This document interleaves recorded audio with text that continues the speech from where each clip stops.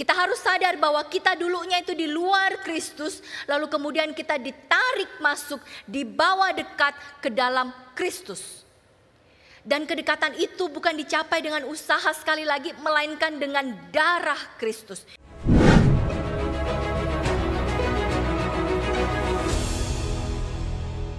Sekali lagi shalom Bapak Ibu Saudara. Bagaimana kabarnya Bapak Ibu? Baik. Oh, kalau di LCS jawabannya baik ya. Kalau tadi di HIM jawabannya luar biasa. Ya Bapak Ibu Saudara, izinkan saya sekali lagi mengucapkan selamat tahun baru 2026 kepada setiap kita gitu ya. Nah sekaligus juga Bapak Ibu Saudara, di dalam forum formal ini izinkan saya untuk menyampaikan bahwa di akhir bulan Januari saya akan mengakhiri pelayanan di tempat ini. Dan khotbah hari ini adalah khotbah terakhir saya di ibadah umum, baik tadi di ibadah HIM dan siang ini di ibadah LCS. Bapak Ibu Saudara, mengakhiri pelayanan di gereja ini bukanlah hal yang saya minta kepada Tuhan tentu saja ya. Saya justru memohon sebaliknya. Namun di dalam perjalanan waktu, Tuhan tidak memaksakan kehendaknya kepada saya, melainkan menyatakan kehendaknya secara bertahap. Pelan demi pelan begitu ya, satu-satu, tetapi bertahap melalui terang firman Tuhan dan melalui peneguhan yang konsisten, sampai akhirnya kemudian saya bisa belajar untuk tunduk dan berkata kepada Tuhan, baiklah Tuhan, jadilah kehendak-Mu bukan kehendak-Ku. Namun untuk berjalan sampai di sana, saya juga minta tanda kepada Tuhan. Saya membawa pergumulan ini kepada Tuhan dengan satu permohonan yang spesifik sebagai ujian bagi hati saya sendiri, agar yang terjadi sungguh-sungguh adalah kehendak Tuhan, bukan kehendak manusia. Dan Tuhan menjawabnya dengan cara yang sangat jelas dan persis seperti yang saya minta. Maka saya tahu bahwa itulah tandanya bagi saya. Nah, Bapak Ibu Saudara, sekalipun kita akan berpisah, Bapak Ibu Saudara, itu akan ada tetap di hati kami dan di doa-doa kami. Doa saya bagi gereja ini tidak berubah dari dulu sampai sekarang. Kiranya gereja ini dapat terus menjadi gereja yang berpusat pada Injil. Dan setiap mimbar yang ada di gereja ini, baik mimbar umum, mimbar ibadah kategorial, mimbar ibadah anak, dan setiap lini pelayanan yang ada di gereja ini terus memproklamasi. Tapi Bapak Ibu Saudara, hampir semua orang, apapun latar belakang imannya, bahkan yang tidak beriman sekalipun, sepakat akan satu hal, bahwa manusia tidak diciptakan untuk hidup sendiri. Dan manusia tidak diciptakan untuk berhenti di tempat. Nah, kita semua sadar hidup ini menuntut pertumbuhan, bukan? Dan pertumbuhan hampir selalu melibatkan orang lain. Maka muncullah sebuah pertanyaan yang terdengar sederhana namun masuk akal bagi kita. Kalau kita mau bertumbuh, apalagi bertumbuh bersama, bukankah itu harus dimulai dengan hidup bersama? Pertanyaannya, hidup bersama siapa? Begitu ya. Nah Bapak Ibu Saudara, tentu saja hidup bersama sebagai warga kerajaan surga. Hidup bersama sebagai keluarga rohani, sebagai sesama jemaat Tuhan. Orang-orang yang tidak selalu kita inginkan mungkin, tetapi dipersatukan dalam satu komunitas iman. Nah dari titik inilah Bapak Ibu kemudian pertanyaan yang tadi di awal itu terasa menjadi tidak sesederhana itu, bukan? Kalau bertumbuh bersama memang dimulai dari hidup bersama, maka muncullah pertanyaan lanjutan yang jauh lebih jujur yang harus kita hadapi. Apakah hidup bersama itu sungguh mungkin, bahkan di gereja sekalipun? Lihat ini Bapak Ibu ya, kita menggaungkan untuk hidup bersama. Siapapun itu tahu bahwa kita harus akur, kita harus hidup bersama untuk demi pertumbuhan bersama. Tetapi kemudian apakah itu benar-benar sungguh mungkin kita lakukan bahkan ketika itu ada di gereja sekalipun? Saya percaya Bapak Ibu mayoritas dari kita pernah atau bahkan sedang mengalami hidup bersama yang tidak mudah begitu ya. Entah itu mungkin di tengah keluarga, di tengah pekerjaan, di kampus, di sekolah, bahkan di komunitas iman kita pernah atau sedang mengalami mungkin hidup bersama yang tidak mudah. Bapak Ibu saya sendiri pernah punya pengalaman hidup 4 tahun itu di asrama seminari begitu ya. Nah, karena pada saat saya masuk ke seminari saya belum menikah, maka karena itu saya harus tinggal di asrama ya.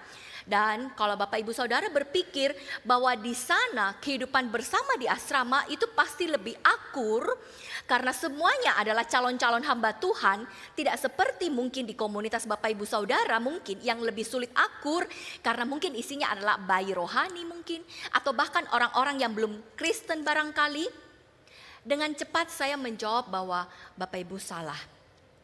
Sebagai mahasiswa baru di asrama seminari dan yang tidak pernah mengikuti open house atau tinggal bersama di asrama selama beberapa hari begitu ya.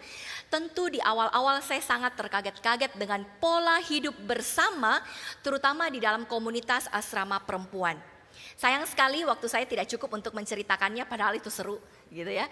Tetapi saya bisa menggambarkan hidup bersama di sana melalui kalimat jujur saya. Bahwa Bapak Ibu Saudara tahu, selama saya berada di seminari, itu kan harus tinggal di asrama ya. Jadi selama saya di asrama itu, setiap semester itu hampir tidak ada satu semester pun di mana saya tidak berkata kepada Tuhan, Tuhan saya mau pulang. Tuhan tempat apa ini? Tempat ini sungguh tidak masuk akal bagi saya. Saya sangat suka berada di seminari ini karena saya suka pelajarannya. Saya suka studi di sana. Saya kagum dan hormat kepada dosen-dosennya. Saya cinta perpustakaannya. Saya suka rawonnya. Saya suka sop sayur asemnya. Saya suka nasi bakmoynya. Tapi saya tidak suka komunitas hidup bersama dengan teman-teman saya, terutama di dalam asrama perempuan. Kira-kira itu Bapak Ibu yang saya gaungkan atau saya protes begitu ya kepada Tuhan. Sampai di sini Bapak Ibu Saudara kira-kira sudah bisa mendapatkan sedikit gambaran bagaimana keadaan hidup bersama di asrama, bukan? Dosen-dosen kami sering memberitahukan bahwa pola hidup bersama di seminari itu adalah miniatur dari kehidupan bersama di gereja nantinya.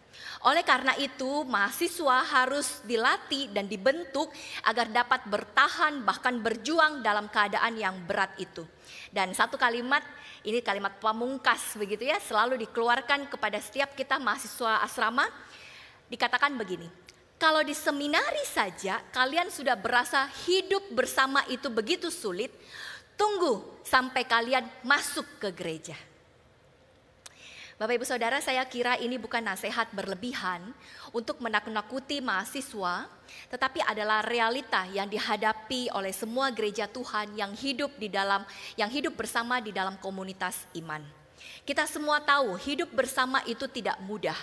Bahkan di tempat yang paling rohani sekalipun konflik itu tetap bisa muncul. Orang-orang yang sama-sama bersama dengan kita di dalam gereja, sama-sama berdoa, bernyanyi, belajar firman Tuhan, bahkan melayani, itu tetap bisa saling melukai, bukan? Ada amin Bapak Ibu Saudara?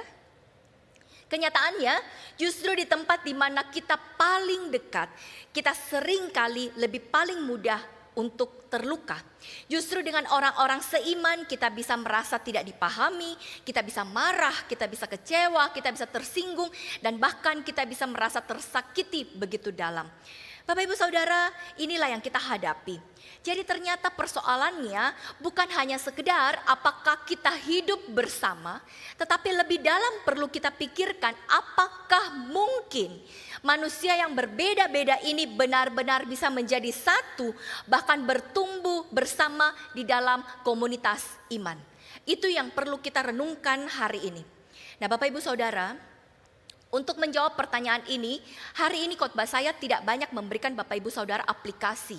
Tidak banyak memberikan Bapak Ibu Saudara apa yang Bapak Ibu Saudara harus lakukan dengan moral-moral itu. Karena gereja kita tidak kekurangan itu. Yang perlu saya lakukan adalah untuk memberitahukan dasarnya kepada Bapak Ibu. Lalu kemudian aplikasi moral itu akan menunggu di belakang. Ya. Nah Bapak Ibu kita lihat, dari keadaan ini, pergumulan yang ada ini ternyata Bapak Ibu Saudara, ini tuh bukan pergumulan baru.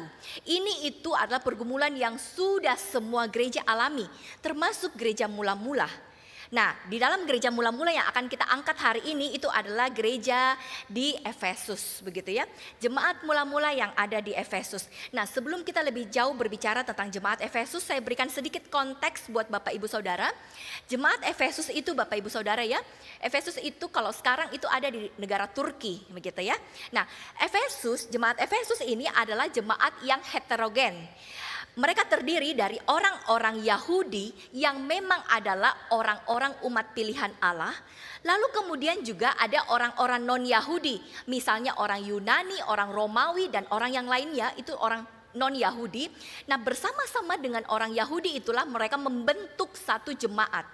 Orang-orang non-Yahudi ini dulunya adalah penyembah berhala. Apa yang mereka sembah, mereka sembah, dan sebagainya. Ya, kita tahu lain sebagainya. Romawi Yunani. Nah, tetapi kemudian orang-orang non-Yahudi ini kemudian dipertobatkan oleh Injil. Paulus datang, Apolos datang, ada Aquila, ada Priscilla datang, dan rekan-rekan yang lain datang. Lalu kemudian mengabarkan Injil dan mereka menjadi percaya. Jadi Bapak Ibu Saudara lihat, membentuklah gereja Efesus mereka ini. Jadi jemaat gereja Efesus ini terbagi. Ada orang Yahudi begitu ya, dan juga ada orang-orang non-Yahudi. Nah, Bapak Ibu Saudara lihat. Jadi di tengah-tengah jemaat Efesus Bapak Ibu, karena ada dua yang berbeda ini, satu Yahudi, satu non-Yahudi, maka Bapak Ibu di sini ada persoalan yang pelik, di sini muncul masalah yang sensitif, yaitu antara etnis orang Yahudi dan etnis non-Yahudi. Masalah mereka apa? Masalah mereka etnis. Masalah mereka apa? Masalah mereka rasisme. Begitu ya. Bagaimana itu kita lihat. Nah, ternyata masing-masing dari antara mereka ya itu merasa diri lebih baik daripada orang lain. Orang Yahudi tentu saja karena mereka adalah umat pilihan Allah, mereka mewarisi janji covenant dari Allah. Makanya karena itu mereka memandang etnis lain di luar Yahudi itu sebagai orang-orang fasik yang diciptakan untuk perapian neraka. Bapak Ibu bayangkan ya, dia bukan hanya melihat orang itu sebagai orang fasik, tapi dia juga lihat orang itu, oh ini orang fasik yang memang diciptakan untuk masuk ke neraka. Bapak Ibu lihat, ini yang ada di dalam mindset orang Yahudi. Tetapi Bapak Ibu tidak kalah dengan itu, orang-orang non-Yahudi juga ternyata melihat orang Yahudi itu sebagai orang-orang yang barbar, sebagai orang-orang yang primitif, sebagai orang-orang yang kolot begitu ya. Dan juga mereka melihat orang-orang Yahudi itu orang-orang yang tidak beradab. Jadi Bapak Ibu Saudara, dari sini kita bisa segera dapat melihat ya, ada ketegangan yang terjadi di antara jemaat, di antara gereja Efesus bukan? Satu orang Yahudi, satu orang non-Yahudi dengan dua pandangan yang saling menyerang, saling menilai, saling menghakimi satu sama lain. Tapi di tengah-tengah keadaan itu, Yahudi dan non-Yahudi ini harus hidup bersama sebagai satu tubuh di dalam gereja, di dalam komunitas iman sebagai satu tubuh Kristus. Nah, Bapak Ibu Saudara sampai di sini Bapak Ibu Saudara bisa melihat permasalahan yang ada. Ini bukan permasalahan yang kecil begitu ya. Bahkan tadi yang saya bilang dikatakan dia persoalan yang pelik. Maka karena itu Bapak Ibu Saudara, Rasul Paulus ketika tahu keadaan ini, lalu kemudian merasa bahwa wah sangat perlu ini. Saya harus menulis dan saya harus menasehati jemaat Efesus supaya mereka memperbaharui cara pandang mereka. Supaya mereka memperbaharui segala sesuatu yang ada dalam keberadaan mereka. Lalu kemudian dia menuliskan surat kepada jemaat di Efesus. Dan Bapak Ibu Saudara, melalui surat yang dituliskan Rasul Paulus kepada jemaat di Efesus itulah firman Tuhan itu juga hadir, surat Efesus itu juga hadir untuk kita hari ini. Untuk mengajar kita tentang berkomunitas sebagai satu tubuh di dalam Kristus. Karena rupa-rupanya Bapak Ibu Saudara, isu dari hidup bersama, isu dari bertumbuh bersama sebagai komunitas gereja, itu ternyata bukanlah isu sosial, melainkan isu Injil. Persoalan hidup bersama Bapak Ibu Saudara bukan persoalan sekedar relasi antar manusia saja, tetapi persoalan bagaimana setiap orang menempatkan dirinya di hadapan Allah. Karena itu masalah terbesar gereja bukanlah kurang usaha untuk berubah, bukan. Melainkan posisi hati yang keliru di hadapan Allah. Maka jika masalahnya bukan kurangnya usaha, bukan soal moralitas, maka solusi dari permasalahan ini juga tidak boleh moralitas. Solusinya bukan sekedar memperbanyak acara kebersamaan. Solusinya bukan hanya sering duduk bersama di meja makan. Solusinya bukan lebih banyak sering-sering ngopi-ngopi bersama. Atau ayo saling keluar makan satu sama lain. Tidak Bapak Ibu. Firman Tuhan dengan jelas memberitahukan kepada kita, bukan itu jawabannya. Selama hati belum dibenahi, yang ada adalah setiap kali kita belajar firman Tuhan, kalau hati kita tidak dibenahi, kita hanya belajar cara menyesuaikan diri. Bukan sungguh-sungguh dipersatukan untuk bertumbuh bersama. Yang tercipta bukan kesatuan yang lahir dari Injil, tetapi kedamaian palsu. Dan keadaan yang palsu itu tidak akan pernah melahirkan pertumbuhan yang Kristus kehendaki. Karena itu Bapak Ibu Saudara, mari kita buka Alkitab kita lihat Efesus 2 ayat 11 sampai 22. Ini bagian yang panjang, Bapak Ibu bisa buka terus ya bersama dengan saya. Saya tidak bacakan semuanya, tetapi kita akan melihat satu bagian demi satu bagian. Nah, mari kita lihat bagian ini. Lewat bagian ini Efesus 2 ayat 11 sampai 22, kita akan menjawab 3 hal. Yang pertama, kita akan melihat apa masalah dari jemaat di Efesus ini dulu. Lalu kemudian yang kedua, kita akan melihat solusinya. Lalu kemudian kita lihat lagi, bukan hanya berhenti di solusi, ternyata ada hasil yang hanya sanggup dikerjakan oleh Injil. Ya, 3 bagian kita akan lihat bersama. Mari kita sama-sama lihat. Yang pertama dulu, masalah apa sih sebenarnya yang terjadi di tengah-tengah jemaat Efesus ini? Kita lihat itu di ayat 11 sampai 12. Bapak Ibu Saudara, saya tidak bacakan kepada setiap kita. Saya berharap Bapak Ibu Saudara bisa buka Alkitab dan bisa melihat itu ya. Efesus 2 ayat 11 sampai 12 untuk menghemat waktu. Bapak Ibu lihat ayat 11 dan ayat 12. Perhatikan di ayat 11. Bapak Ibu lihat bagaimana Paulus itu kemudian mengawali ayat itu dengan satu kata perintah. Kata apa itu? Kata ingatlah. Bapak Ibu Saudara, ini sangat penting. Paulus tidak memulai firman-Nya, tidak memulai nasihatnya itu dengan ayo perbaiki sikapmu, ayo ciptakan komunitas, ayo lebih toleran, ayo lebih terbuka. Tidak. Paulus tidak memulainya dengan moralitas. Ia memulai dengan satu kata perintah, ingatlah. Bapak Ibu Saudara, apa artinya ini? Itu artinya Bapak Ibu, masalah jemaat Efesus ini ya, dapat dipastikan bahwa pertama-tama bukan soal perilaku. Lalu lantas apa masalah mereka? Bapak Ibu Saudara lihat struktur teks bahasa asli ya. Kalau dari struktur teks bahasa asli, pada ayat 11 dan ayat 12 ini ditemukan satu perintah untuk mengingat 2 hal. Sebenarnya tidak perlu bahasa asli ya, bahasa Indonesianya juga sudah kelihatan. Di situ ada satu kata perintah, ingatlah.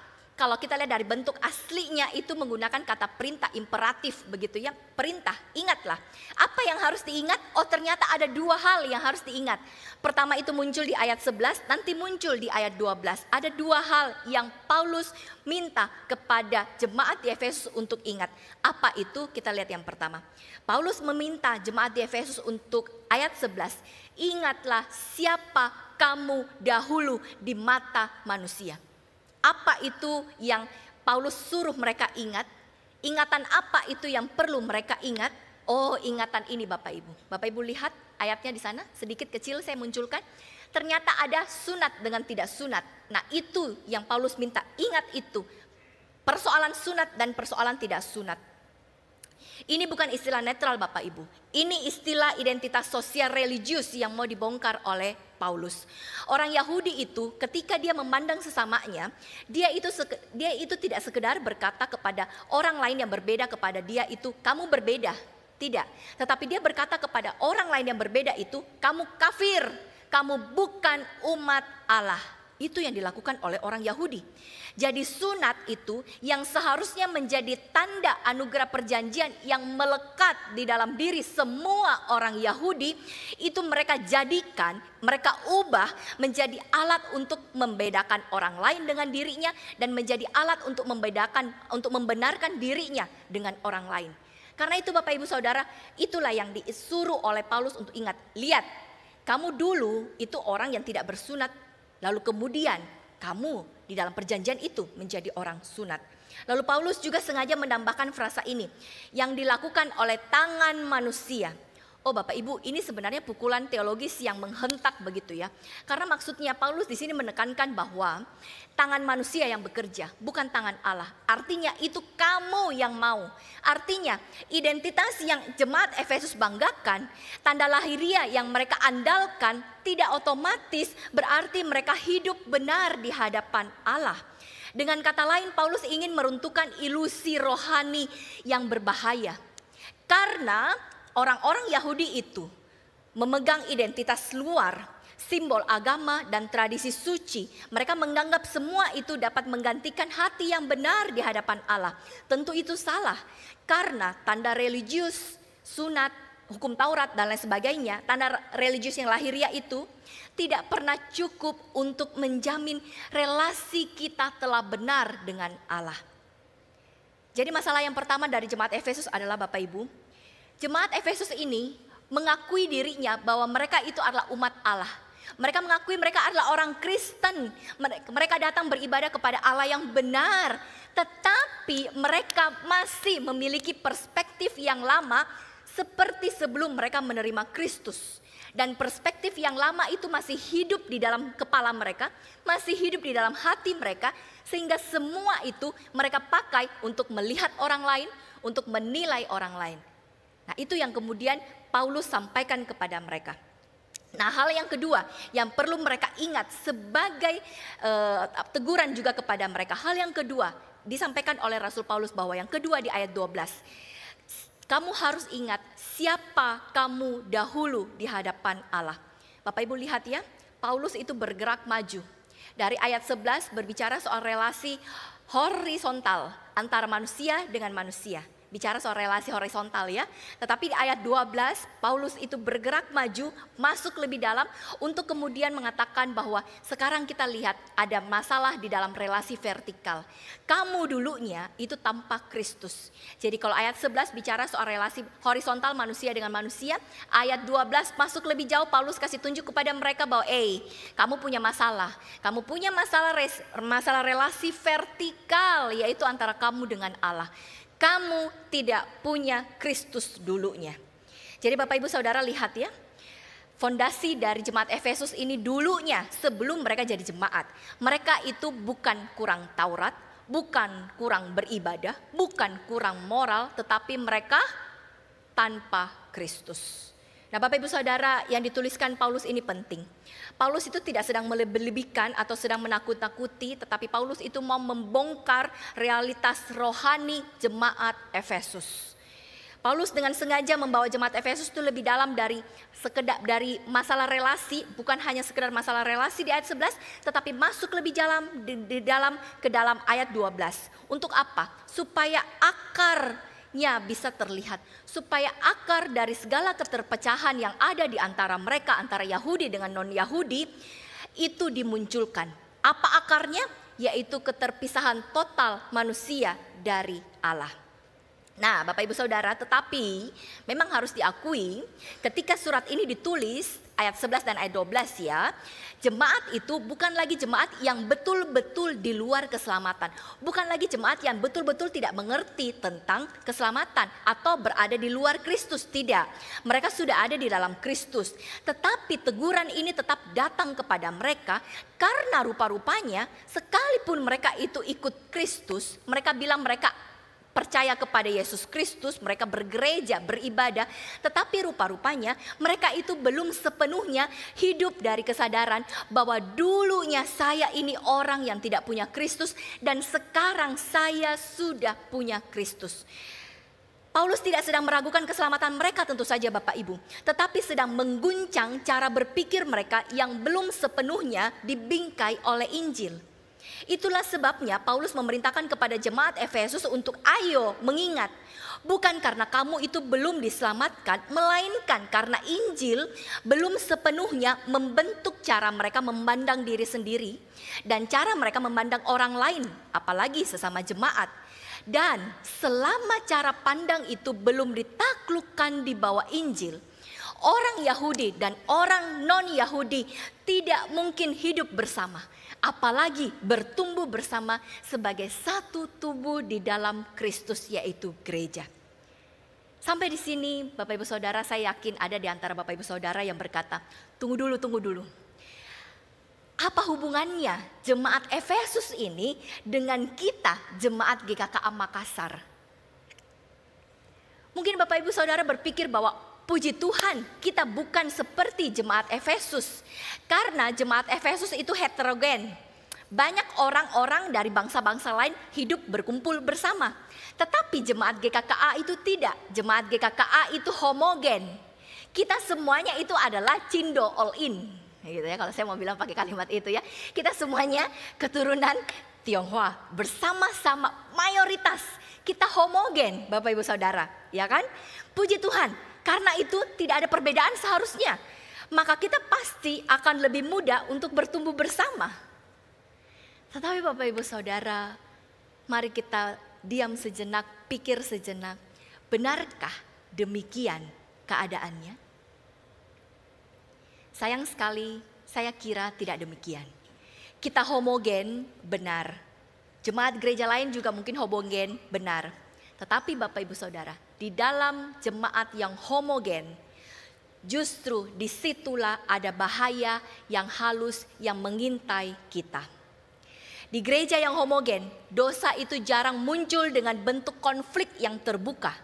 Tetapi sering bersembunyi dalam bentuk jarak rohani mungkin, ketidakpedulian antar sesama di dalam jemaat, dan hidup berdampingan mungkin kita memilih untuk tetap bersama dengan rekan-rekan kita, tetapi tanpa benar-benar menjadi satu tubuh. Jika di gereja Efesus yang heterogen ada permasalahan etnis atau rasisme, kita tahu itu. Di gereja homogen seperti gereja kita, ekspresi permasalahan itu bisa berupa demikian.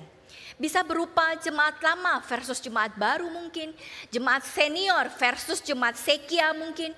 Pengurus versus bukan pengurus, pelayan bukan pelayan, aktivis dan yang pasif. Jemaat dewasa rohani dan bayi rohani barangkali. Ya, oke. Lalu kemudian yang sevisi dengan yang tidak satu frekuensi mungkin, dan dari keluarga baik-baik versus mereka yang dari keluarga broken mungkin, yang multi talenta versus mereka yang minim talenta mungkin, yang penyokong dana versus para penerima dana mungkin. Bapak Ibu Saudara bisa menambahkan listnya. Inilah ekspresi-ekspresi yang tetap saja muncul di dalam gereja homogen. Jadi tidak bisa dikatakan ketika kita homogen maka semuanya baik-baik saja. Oh, tidak juga, karena ada perbedaan-perbedaan ini misalnya ya, dan lain sebagainya. Nah, Bapak Ibu Saudara, jadi ketika Injil itu tidak membingkai cara pandang kita, gereja homogen sekali lagi pun tetap akan terpecah. Hanya saja caranya lebih rapi, hanya saja caranya lebih terselubung. Mungkin banyak di antara kita juga merasa, saya tidak bermasalah kok dengan orang lain. Saya datang ke gereja baik-baik saja, saya dengar firman Tuhan, saya berikan persembahan, saya bayar perpuluhan dengan setia, lalu kemudian saya pulang. Tetapi firman Tuhan Bapak Ibu Saudara tidak sedang berkata tentang bertengkar atau berselisih. Dia sedang berkata tentang menjadi satu tubuh. Jadi Bapak Ibu Saudara melihat, kita tidak bisa lari dari kenyataan bahwa gereja yang homogen pun juga tidak otomatis menjadi lebih mudah untuk hidup dan bertumbuh bersama, bukan? Kesamaan etnis tidak serta-merta mengubah cara pandang manusia. Dan ketika cara pandang lama itu masih tetap hidup di dalam pikiran kita, di dalam hati kita, dosa mungkin saja tidak selalu meledak di dalam konflik yang terbuka sekali lagi, tetapi dia tetap saja hadir dan seringkali bekerja secara lebih halus, bersembunyi dalam bentuk jarak yang kita sengaja, bersembunyi dengan cara kita menumbuhkan rasa apatis dan tidak peduli terhadap sekeliling kita. Atau mungkin membuat kita memilih untuk relasi-relasi yang aman saja, dan relasi-relasi yang aman dan yang nyaman saja karena ego kita. Dan mungkin pada akhirnya kita membiarkan diri itu hidup bersama, tetapi tanpa sungguh-sungguh berniat menjadi satu tubuh di dalam Kristus. Inilah yang kemudian ekspresi-ekspresi ini bisa muncul di dalam jemaat kita. Itulah Anda dan saya Bapak Ibu Saudara. Itulah yang dihadapi oleh gereja Tuhan. Sampai sejauh ini Bapak Ibu Saudara, dapatkah Bapak Ibu Saudara melihat permasalahan gereja sumbernya sebenarnya ada pada hati jemaatnya. Dapatkah Bapak Ibu Saudara melihat betapa bobroknya hati Bapak Ibu Saudara dan saya karena dosa itu? Dan karena permasalahannya ada di hati kita yang berdosa, maka sekali lagi solusinya tidak bisa soal moralitas. Karena sekali lagi masalahnya itu ada di hati kita yang berdosa. Masihkah kita berpikir bahwa solusinya adalah memperbaiki dan memperindah moral manusia? Gambarannya seperti ini Bapak Ibu Saudara. Ini sekarang kan lagi musim hujan ya. Satu hari kita itu bersin-bersin. Hacing, hacing begitu ya. Lalu kemudian apakah Bapak Ibu Saudara itu akan berkata bahwa saya sakit bersin-bersin nih. Tentu tidak, bukan? Kita tahu bersin-bersin itu adalah gejala awal dari sakit yang harus kita temukan. Kita harus cari tahu kita sakit apa, lalu kemudian kita bisa temukan obat yang tepat dan bisa menyembuhkan kita. Entah mungkin karena kita alergi kali, kambuh alergi kita, atau mungkin karena kita mau terserang pilek, mau terserang influenza dan lain sebagainya, bukan? Nah demikian juga Bapak Ibu Saudara yang terjadi dengan kita sebagai jemaat di gereja. Yang perlu disembuhkan adalah hati kita. Hati yang sembuh dan yang diubahkan itu akan mengubahkan cara kita melihat diri dan sesama. Bapak Ibu lihat, yang pertama yang harus disembuhkan adalah hati kita. Ketika hati kita sudah disembuhkan dan diubahkan, maka itu akan mengubah cara kita melihat diri dan cara melihat sesama. Dan Bapak Ibu Saudara, wilayah itu, keadaan itu hanya bisa disentuh dan diselesaikan oleh Injil. Kita masuk ke poin kedua. Solusi yang diberikan oleh Allah. Tadi poin pertama kita melihat masalahnya ya. Lalu kemudian yang kedua kita masuk ke dalam solusinya. Oh Bapak Ibu Saudara, inilah kekristenan. Inilah iman Bapak Ibu Saudara. Selalu memberikan solusi iman kita. Selalu hadir dengan kabar baik sebagai solusi bagi kita. Dan hebatnya Bapak Ibu, solusi itu selalu diinisiasi oleh Allah. Selalu dimulai dari Allah. Dan bahkan dikerjakan oleh Allah sendiri. Bapak Ibu lihat, itulah iman Kristen. Ya, nah Bapak Ibu Saudara untuk menghemat waktu sekali lagi kita lihat pasal ayat 13 sampai 18. Saya tidak membacanya kepada kita semuanya, tapi kita akan masuk di dalam penjelasan. Bapak Ibu Saudara lihat, setelah Paulus itu mengingatkan, menasehati di ayat 11 dan 12, tidak berhenti di sana Paulus, tetapi kemudian dia melangkah lagi, masuk lebih dalam untuk memberitahukan kepada jemaat Efesus bahwa lihat, kalian memang tidak mampu. Lihat keberadaan kalian nih. Di ayat 11 dan 12 kita lihat keadaan kalian. Nah tetapi di tengah-tengah ketidakmampuan kalian itu ada solusi yang dibawa oleh Kristus. Dia tidak berhenti di ayat 12 saja, bukan, dia melanjutkan. Di sana memberikan jalan keluar kepada jemaat Efesus itu. Apa yang Paulus bawa kepada jemaat Efesus ini? Paulus membawa jantung Injil. Pertama-tama Paulus itu memberikan solusi jantung Injil. Apa itu Bapak Ibu? Perhatikan di ayat 13. Bapak Ibu lihat di ayat 13. Di situ ada kata tetapi sekarang. Bapak Ibu Saudara, ini mengingatkan, saya bacakan dulu ya. Tetapi sekarang, di dalam Kristus Yesus yang dahulu jauh sudah menjadi dekat oleh darah Kristus. Bapak Ibu Saudara, di dalam ayat 13 ini Paulus itu mulai menyampaikan solusi bagi mereka, bagi jemaat di Efesus dan juga bagi jemaat kita, bahwa solusinya adalah jantung Injil yang diberikan kepada kita. Tetapi sekarang dia buka dengan kalimat itu.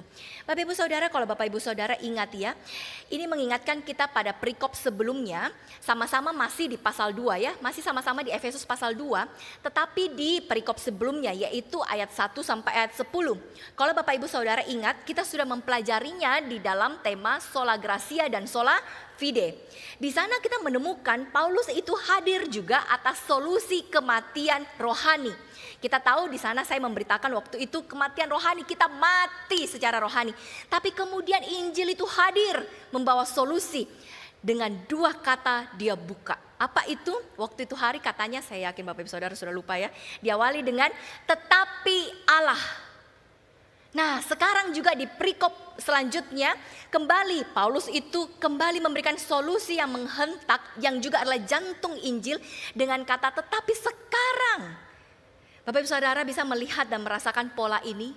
Itulah keindahan dan keunikan firman Tuhan yang seharusnya dibuka dan diajarkan kepada setiap jemaat setiap kali firman itu diberitakan.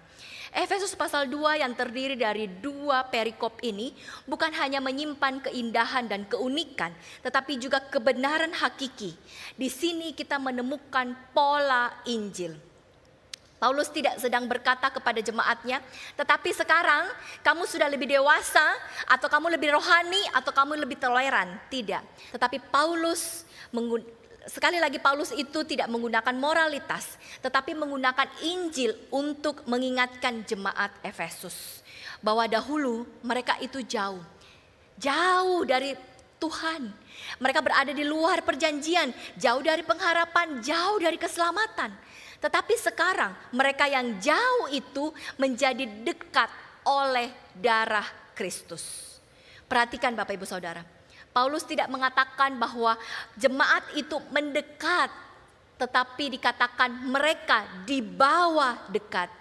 Bapak Ibu Saudara, kedekatan ini bukan hasil niat baik manusia, bukan hasil perbuatan baik kita sampai kita itu bisa mendekat kepada Allah, tentu tidak. Itu bukan hasil keterbukaan sosial, bukan hasil toleransi budaya, tetapi hasil oleh darah Kristus. Hanya oleh darah Kristus kita dibawa mendekat kepada Allah, karena kita tidak bisa mendekat kepada Allah.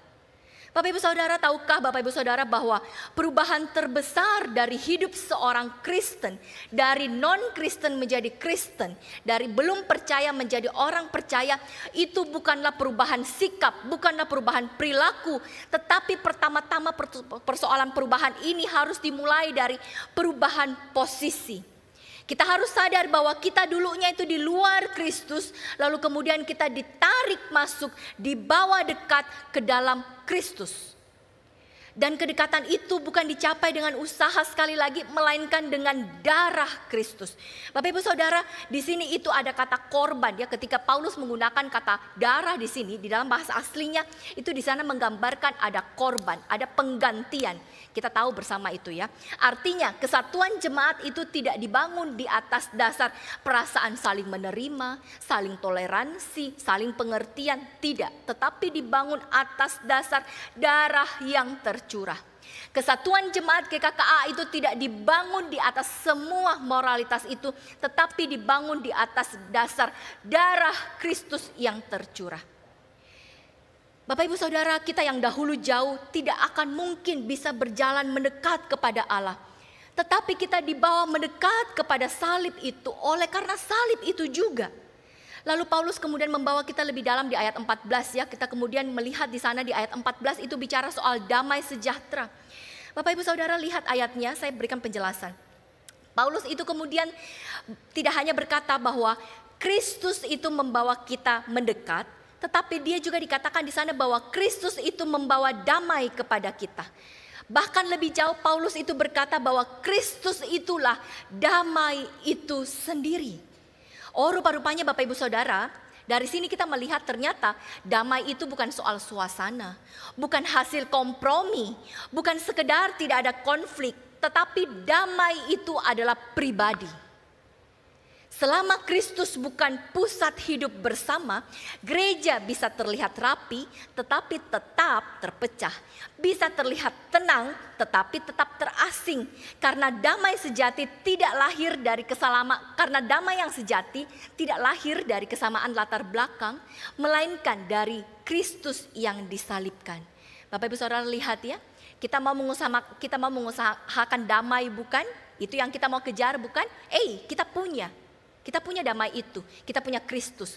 Bukan Kristus yang membawa damai, tapi dialah damai itu. Jadi Bapak Ibu Saudara, kalau Bapak Ibu Saudara mau mengusahakan damai, Bapak Ibu Saudara harus memiliki pertama-tama apa dulu? Bapak Ibu Saudara harus memiliki sumber damai itu dulu. Siapa dia? Yesus Kristus. Ini ayat ini memberitahukan kepada kita di ayat 14. Kemudian Paulus melanjutkan lagi memakai di sana ada kata tembok begitu ya, bahwa Kristus itu bukan hanya datang untuk membawa damai, tapi dia kemudian menghancurkan tembok pemisah itu. Paulus berkata bahwa Kristus telah merobohkan tembok pemisah itu Lihat ya, bukan memperbaiki tembok itu dikatakan, bukan menegosiasikan tembok itu supaya bisa berdiri dengan bagus, tidak. Tetapi Kristus merobohkan tembok pemisah itu.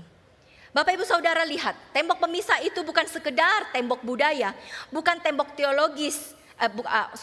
Tembok itu bukan sekedar tembok budaya, melainkan tembok teologis yang telah berubah menjadi alat pembenaran diri di dalam jemaat Efesus.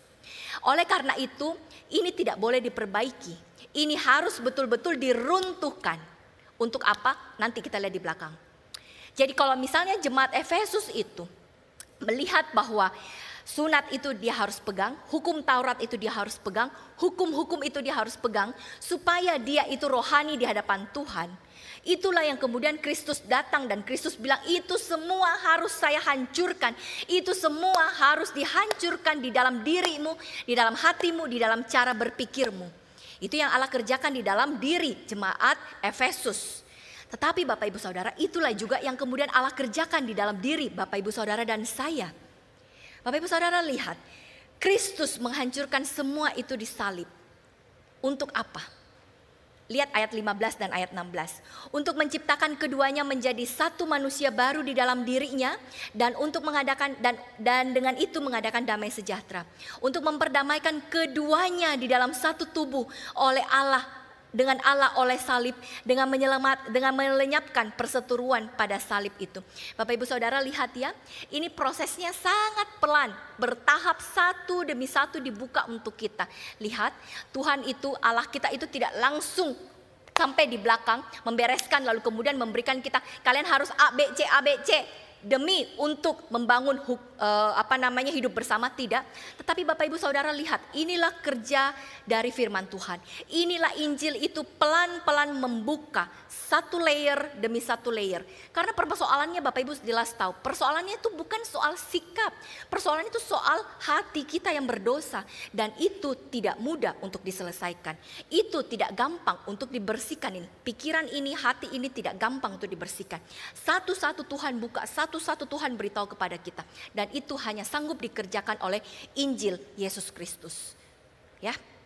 Nah Bapak Ibu lihat, tujuan Allah bukan sekedar mendamaikan dua kelompok yang sulit bertumbuh bersama, tidak. Tetapi Bapak Ibu lihat ya, apa yang Allah lakukan, apa yang Kristus lakukan ternyata bukan untuk mendamaikan dua kelompok ini, tidak. Tetapi di situ dikatakan bahwa Kristus menciptakan satu manusia baru. Bukan Yahudi yang kemudian diperhalus, bukan non-Yahudi yang kemudian ayo kau menyesuaikan sedikit dengan orang Yahudi, bukan. Melainkan ciptaan baru di dalam Kristus yang dihadirkan oleh Kristus. Identitas lama kita itu tidak dirapikan, tetapi identitas lama itu disalibkan di atas kayu salib. Identitas lama kita itu tidak ditambal, tidak. Tetapi identitas lama kita itu ketika kita menerima Kristus, identitas lama kita itu dikuburkan oleh Kristus. Dan dari kematian itu semua Allah melahirkan sesuatu yang benar-benar baru. Yang lahir itu bukan Yahudi versi yang lebih lembut atau orang non-Yahudi yang versi lebih rohani. Tidak, yang lahir itu adalah manusia baru di dalam Kristus. Bapak Ibu Saudara lihat di sini, inilah juga yang dikerjakan Allah di dalam diri Bapak Ibu Saudara dan saya. Semua manusia lama kita itu dimatikan dan dia bangun baru sebagai manusia yang baru.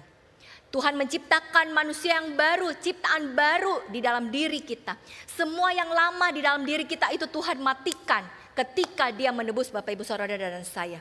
Dan semua ini hanya bisa dikerjakan hanya melalui salib. Bapak Ibu Saudara lihat di salib itu, bukan hanya permusuhan antara manusia dengan Allah itu dibereskan. Tetapi Bapak Ibu Saudara, apa yang dikerjakan oleh Allah itu, ketika Allah mau membereskan hubungan Bapak Ibu Saudara kita ya dengan sesama. Ketika hubungan kita dengan sesama itu mau dibereskan, apa yang pertama-tama Allah lakukan? Allah bereskan dulu hubungan kita dengannya. Jadi pertama-tama ketika kita mau mengubah atau mau membereskan hubungan kita dengan sesama, Allah panggil kita yang pertama bereskan dulu hubunganmu denganku. Itu yang dikerjakan oleh Allah. Allah datang membereskan hubungannya dengan kita terlebih dahulu. Baru kemudian menolong kita. Baru kemudian mengubahkan atau memperbaiki hubungan kita dengan sesama. Bapak Ibu Saudara, urutannya ini penting ya, tidak boleh dibalik. Mungkin kita dulu ada di teologi bahwa saya harus memperbaiki dulu hubunganku kepada sesama, baru kemudian saya bisa sampai kepada Allah. Oh, itu teologi yang terbalik. Tidak bisa seperti itu Bapak Ibu. Harus pertama dulu Kristus membereskan kita, lalu kemudian dengan yang beres itu kita kemudian ditolong dan ditopang Allah untuk bisa membereskan dengan sesama. Nah, Bapak Ibu Saudara lihat.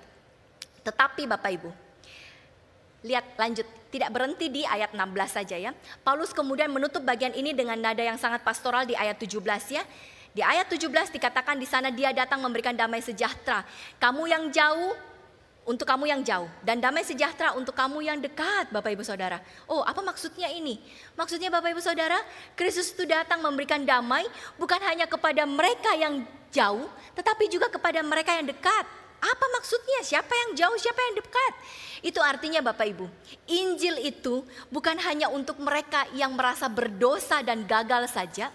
Injil itu juga diberikan ternyata kepada mereka yang merasa rohani dan aman. Yang jauh dan yang dekat rupa-rupanya sama-sama membutuhkan Kristus. Dan puncaknya ini Bapak Ibu Saudara, Anda dan saya. Di ayat 18. Oleh karena dia, kita kedua pihak dalam satu roh boleh memiliki jalan masuk kepada Bapa. Lihat Bapak Ibu Saudara, prosesnya pelan sekali ya, satu-satu dia buka. Tetapi oleh karena Kristuslah kita akhirnya memperoleh jalan masuk yang sama kepada Bapa kita. Tidak ada jalur khusus, tidak ada akses istimewa. Semua kita itu berdiri di hadapan Allah yang sama di atas dasar anugerah di dalam Kristus. Bapak Ibu Saudara lihat, inilah kemudian mengapa rising together, mengapa bertumbuh bersama itu bukan tuntutan moral. Makanya kita tidak terburu-buru untuk terus memperbaiki moral-moral itu walaupun ada di belakang. Di pasal belakang ini tuh kita akan lihat sampai ke sana. Tapi Bapak Ibu Saudara, sekali lagi saya ingin lihat Bapak Ibu, mengajak Bapak Ibu untuk melihat dasarnya dulu Bapak Ibu. Bukan tuntutan moral persoalan ini, tetapi konsekuensi dari Injil. Gereja tidak dipersatukan oleh kesamaan budaya, tidak juga oleh struktur, apalagi oleh program dan acara kebersamaan. Bukan juga oleh visi bersama. Gereja itu dipersatukan oleh Kristus yang sama, yang sudah mati bagi kita, yang menjadi damai kita, dan yang membuka jalan yang sama kepada Bapa. Itu dia Bapak Ibu Saudara. Jadi jika seluruh kebenaran Injil ini sungguh-sungguh kita hidupi, maka hidup bersama dan bertumbuh bersama bukan lagi menjadi beban kita, bukan lagi menjadi mimpi angan-angan kita, tidak. Tetapi ini menjadi buah yang pasti dan tidak terelakkan. Bapak Ibu Saudara, setelah Paulus menunjukkan masalah besar kita, lihat ya di ayat 11-12, lalu kemudian solusinya 13-18. Bapak Ibu Saudara lihat yang terakhir, kita akan melihat ada hasil yang diberikan. Bapak Ibu Saudara, hasil yang diberikan kepada kita itu menjadi jaminan bahwa pasti kita akan sampai ke sana. Kenapa?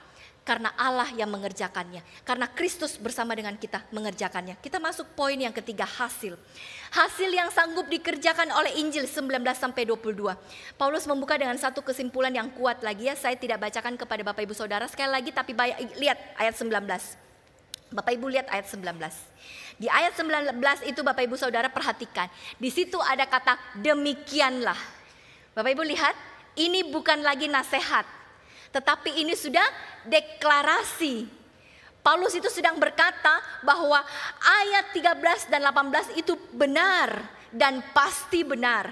Oleh karena itu 19-22 nanti kita lihat itu pasti akan terjadi. Lihatlah, ini satu deklarasi kepadamu Bapak Ibu Saudara dan saya, bahwa setiap kita ketika Allah sudah berproses di dalam diri kita, Allah mengerjakan itu dan Allah akan menjamin hasilnya bagi kita, bagi gereja kita. Mari kita lihat Bapak Ibu Saudara. Dulunya jemaat Efesus itu adalah orang asing, bukan? Ketika Bapak Ibu Saudara lihat di ayat 19 ya, dikatakan di situ ada orang asing. Betul, kita pun juga dulunya adalah orang asing. Tetapi asing secara apa? Asing secara rohani tentu saja ya. Dulu kita juga hidup di luar perjanjian bukan? Di luar umat, di luar rumah Allah. Tetapi lihat Allah kemudian berkata bahwa Injil itu sudah mengubah hati kita. Bahkan bukan sekedar mengubah hati kita, tetapi Injil itu mengubah status kita. Bapak Ibu Saudara lihat Paulus tidak berkata, "Hei jemaat Efesus, hei jemaat GKKA, ayo mari silakan kamu diterima untuk datang berkunjung." Tidak. Paulus berkata, kamu sekarang adalah kawanku, kamu sekarang adalah warga, satu warga kita. Kamu sekarang adalah warga atau keluarga Allah. Kita sekarang sama-sama anggota keluarga Allah. Bapak Saudara, ini kalimat yang intim. Ternyata Injil itu tidak hanya mendamaikan musuh, sesama dengan sesama, manusia dengan Allah, tetapi rupa-rupanya Injil itu mengangkat orang asing itu menjadi anak. Siapa itu orang asingnya? Bapak Ibu Saudara dan saya. Diangkat sebagai apa? Diangkat sebagai anak. Bahkan di bagian lain firman Tuhan dikatakan kita itu adalah anak ahli waris kerajaan surga. Bapak Ibu lihat apa yang Allah kerjakan dari diri kita. Luar biasa yang Allah kerjakan bukan? Dan dari sini Paulus kemudian membawa kita untuk melihat. Lihat ya, setelah kita itu diangkat sebagai warga kerajaan Allah. Di sini Allah kemudian berkata bahwa dia merancangkan ada keluarga Allah yang sedang dibangun. Di ayat 20, yang dibangun di atas dasar para rasul dan para nabi dengan Kristus Yesus sebagai batu penjuru. Maksudnya Bapak Ibu Saudara, gereja kita, komunitas orang percaya ini, itu bukan komunitas spontan yang lahir karena kecocokan, yang lahir karena hobi yang sama, yang lahir karena talenta yang sama, tidak. Tetapi gereja itu adalah bangunan rohani yang sedang Allah dirikan.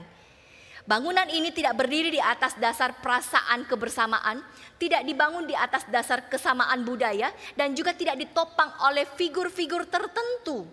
Kita diberitahu di ayat 20 tadi bahwa fondasinya itu haruslah firman Tuhan. Jadi ketika gereja mau bersatu bahkan hidup bersama dan mengalami pertumbuhan bersama, dasarnya itu haruslah firman Tuhan. Kalau di dalam ayat tadi kita lihatnya pengajaran para nabi dan rasul ya, tetapi kita mengenal itu sekarang sebagai firman Tuhan. Itu dasarnya. Lalu kemudian pusat penentunya, pusat yang menentukan segalanya, yang menjadi dasar segalanya itu tidak boleh lain. Hanya ada satu, tidak boleh digantikan. Siapa dia yang harus menjadi pusat kita? Yesus Kristus. Karena dialah batu penjuru itu. Di dalam terjemahan lainnya dikatakan Kristus itulah keystone. Kristus itulah cornerstone kita, batu penjuru kita. Bapak Ibu Saudara, dengan batu penjuru itulah kemudian gereja Tuhan itu dibangun. Maka itulah yang harusnya terjadi dalam gereja. Gereja hanya bisa kokoh, kuat dan bertumbuh bersama selama Kristus menjadi pusat yang sama dari jemaatnya. Paulus kemudian melanjutkan dengan gambaran yang sangat hidup begitu ya. Lihat di ayat 21, di situ dikatakan bahwa bangunan yang Kristus mau bangun itu dan sedang bangun itu, ternyata itu adalah bangunan yang tumbuh. Artinya Kristus terus menerus membangun. Kristus terus menerus merapikan. Kristus terus menerus menjadikan sempurna dan menguduskan. Itu yang Kristus lakukan Bapak Ibu Saudara. Lihat Bapak Ibu, itulah yang kemudian dia kerjakan di tengah-tengah kita. Di dalam hidup Bapak Ibu Saudara dan saya sebagai jemaat Allah. Kristuslah yang menumbuhkan kita. Kristus merapikan seluruhnya. Dan Kristus kemudian yang akan disenangkan oleh hasil dari ini. Bapak Ibu Saudara lihat. Akhirnya Paulus kemudian bukan hanya berkata kepada tumbuh itu. Di mana Allah memproses dan Allah mengubahkan dan Allah merapikan. Tetapi sampai ayat 22. Bapak Ibu lihat. Ini puncaknya. Paulus kemudian membawa kita sampai kepada satu pengharapan bahwa di dalam dia kita juga turut dibangun menjadi tempat kediaman Allah di dalam roh. Oh rupa-rupanya Bapak Ibu Saudara, apa maksudnya ini? Inilah klimaksnya, rupa-rupanya Allah itu tidak hanya menyelamatkan manusia dari dunia yang rusak ini, tidak. Tetapi Allah juga sebenarnya sedang membangun tempat kediamannya sendiri. Jadi ketika kita bersuara atau menyerukan, ayo kita bangun kehidupan bersama di dalam gereja. Ayo kita rising together, ayo kita belajar untuk hidup bersama di dalam gereja sebagai satu tubuh di dalam Kristus. Hey, itulah memang juga yang Allah mau. Itulah yang sedang Allah kerjakan. Dan bahkan bukan berhenti sampai di sini. Allah sampai menjaminnya bahwa memang itu yang akan saya kerjakan. Itu yang akan saya bangun, itu yang akan saya rapikan. Kenapa? Karena itu adalah tempat kediamanku sendiri. Saya mau membentuk gereja Tuhan karena saya mau berdiam di dalam gereja itu. Bukan dari batu, bukan dari tembok, tetapi dari umat Allah yang ditebus oleh Kristus. Di dalam diri Bapak Ibu Saudara lah, kitalah kediaman Allah. Itulah yang Allah mau. Allah mau sampai dia bisa berdiam di dalam diri kita. Lihat prosesnya, begitu panjang Allah buka, Allah proses, Allah kerjakan dalam diri kita. Dan disinilah Bapak Ibu Saudara kita melihat kebutuhan kita. Kita benar-benar tidak bisa lari. Jika Injil benar-benar mengerjakan semua ini, dan memang hanya Injil yang bisa mengerjakan semua ini, mengubah orang asing menjadi keluarga, mengikat individu yang berbeda menjadi satu bangunan, dan kemudian menjadikan gereja itu akhirnya layak menjadi tempat kediaman Allah, maka hidup bersama dan bertumbuh bersama itu Bapak Ibu Saudara benar-benar bukan lagi proyek manusia, melainkan buah yang pasti yang lahir dari Injil yang hidup. Pada akhirnya kita semua harus jujur dan mengakui bahwa hidup bersama dan bertumbuh bersama itu memang tidak pernah dimulai dari tekad kita sebagai manusia. Dan tidak mungkin akan bertahan oleh kekuatan kita sebagai manusia. Kalau bertumbuh bersama itu hanya bergantung kepada kedewasaan setiap kita, bergantung pada kesabaran setiap kita, bergantung pada kesediaan setiap kita untuk mengalah satu sama lain, atau juga bergantung pada banyaknya acara makan, ngopi-ngopi, kebersamaan yang lain, maka Bapak Ibu Saudara, gereja itu akan runtuh jauh sebelum dia sempat bertumbuh. Tetapi Injil tidak pernah meminta kita demikian, bukan? Injil tidak mengajar kita demikian. Bahkan juga lebih jauh tadi kita lihat Injil itu tidak meminta kita membangun gereja. Dari semua ini kita melihat bahwa rupa-rupanya Injil itu memberitahukan kita bahwa Allah yang sedang membangun gerejanya sendiri. Bapak Ibu Saudara lihat, hidup bersama dan bertumbuh bersama itu adalah karya Allah yang dikerjakan melalui salib Yesus Kristus. Sekali lagi ini bukan proyek manusia. Sekali lagi tidak bisa jadi proyek manusia, bukan proyek manusia. Apalagi kemudian diperhalus oleh moral Kristen. Oh, jelas-jelas tidak bisa. Bapak Ibu Saudara lihatlah bagaimana Allah mengerjakannya sehingga ini tidak mungkin bisa selesai dengan moral manusia. Lihatlah Kristus, Sang Putra Tunggal. Dia yang tadinya sejak kekekalan itu hidup di dalam persekutuan sempurna dengan Bapa, justru dijauhkan agar kita yang jauh ini boleh didekatkan. Lihatlah dia yang tidak pernah terpisah, itu rela ditinggalkan agar kita yang terpisah ini boleh disatukan.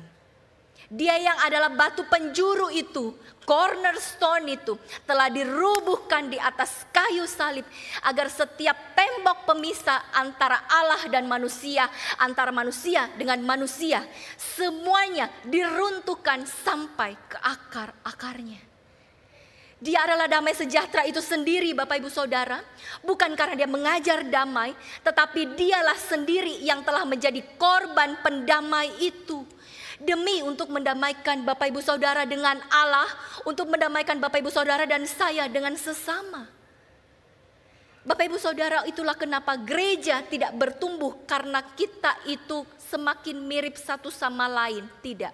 Gereja bertumbuh karena kita semuanya sedang ditarik semakin dekat kepada Kristus yang sama. Dan di sanalah keajaiban itu pasti terjadi. Kita lihat ini sampai di ayat 22 tadi kan, janjinya itu pasti 19 sampai 22 itu pasti itu terjadi. Ketika Injil membingkai cara kita melihat diri, kita itu akan berhenti merasa lebih layak. Ketika Injil itu membingkai cara kita melihat sesama, kita berhenti membangun jarak. Ketika Injil itu membingkai cara kita hidup sebagai gereja, kita berhenti bertanya, apa untungnya ini bagi saya? Dan kemudian kita akan mulai hidup bersatu sebagai satu tubuh yang sedang dibangun Allah bagi kemuliaannya. Karena hanya satu hal yang sanggup membuat gereja ini, gereja Tuhan, gereja ini dan gereja semua gereja. Hanya satu hal yang dapat membuat gereja sungguh-sungguh dapat hidup bersama dan bertumbuh bersama. Apa itu? Siapa itu? Kristus. Kristus yang mati bagi kita. Kristus yang menjadi damai kita, Kristus yang membangun dan terus membangun kita menjadi tempat kediamannya sendiri. Itulah yang sanggup mengerjakan di dalam diri kita. Maka Bapak Ibu Saudara, hari ini Injil itu tidak berkata, tidak hadir dan datang bertanya kepada setiap kita, apakah kita siap untuk bertumbuh bersama sebagai jemaat Tuhan? Tidak. Injil itu pertama-tama datang kepada setiap kita dan bertanya, apakah benar setiap kita itu sedang hidup dari salib Kristus? Injil itu datang bertanya, apakah kita itu benar-benar sedang hidup dari salib Kristus yang sudah memenangkan kita? Ataukah kita masih hidup dengan cara pandang yang lama? Bapak Ibu Saudara, biarlah ini kemudian mengoreksi hidup kita. Selama ini bagaimana Bapak Ibu Saudara dan saya di hadapan Tuhan? Tidak terburu-buru sekali lagi kita masuk di dalam moralitas itu. Tetapi pertama-tama Bapak Ibu Saudara lihat semua yang Kristus itu kerjakan dalam kita.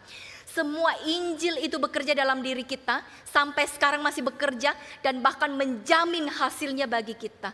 Lihatlah Bapak Ibu, apakah kita masih memilih hidup di luar itu semua? Masihkah kita mau mengganti semua kebenaran itu dengan Injil yang palsu? Ataukah kita kemudian benar-benar mau takluk di dalam Injil Yesus Kristus yang sejati? Bahwa benar Tuhan, semua diawali oleh Engkau, dikerjakan oleh Engkau, dijamin oleh Engkau juga. Maka ini saya di hadapan-Mu. Proses hidup saya, proses hati saya. Kalau setiap kita bisa berkata demikian Bapak Ibu Saudara, saya kira hidup bersama itu sungguh-sungguh mungkin, bahkan pasti. Itu janji Allah bagi kita. Amin. Mari kita berdoa.